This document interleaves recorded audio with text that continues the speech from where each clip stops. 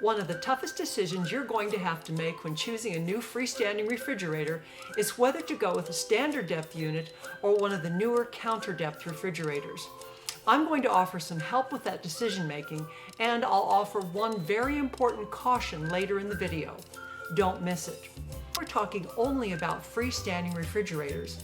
Watch part 1 of our refrigerator buying guide for the pros and cons of built-in models. Please keep in mind that we are talking about refrigerators in general. There may be some models out there that don't fit the guidelines that we're going to provide today. Although definitions vary, generally speaking, a standard depth refrigerator can be anywhere from 28 to 38 inches deep, while a counter depth refrigerator, like this one behind me, is going to be no more than 24 or 25 inches deep. This means a standard refrigerator can be 10, 11, or even 12 inches deeper than a counter depth unit.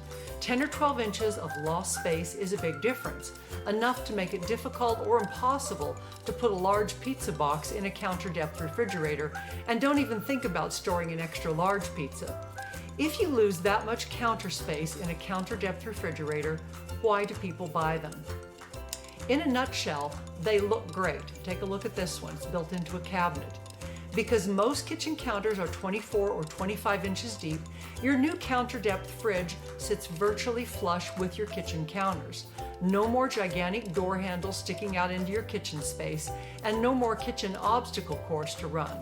A counter depth fridge gives the impression of being built in without the expense of buying built-in refrigeration. Another benefit is that it's easier to find what you're looking for inside the unit, and it's easier to clean because it's not nearly as deep as a standard fridge.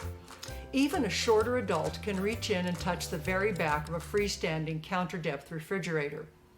Something very important to keep in mind in newer homes is that many of their kitchens have been designed specifically for a freestanding counter depth refrigerator.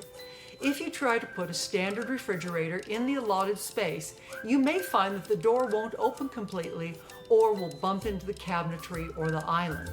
So be sure to take measurements if you're buying refrigeration for a brand new home.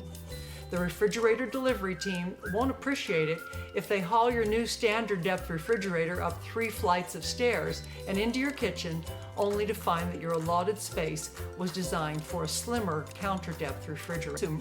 Standard refrigerators are still cheaper than counter depth units. This may change as more consumers ask for counter depth refrigerators.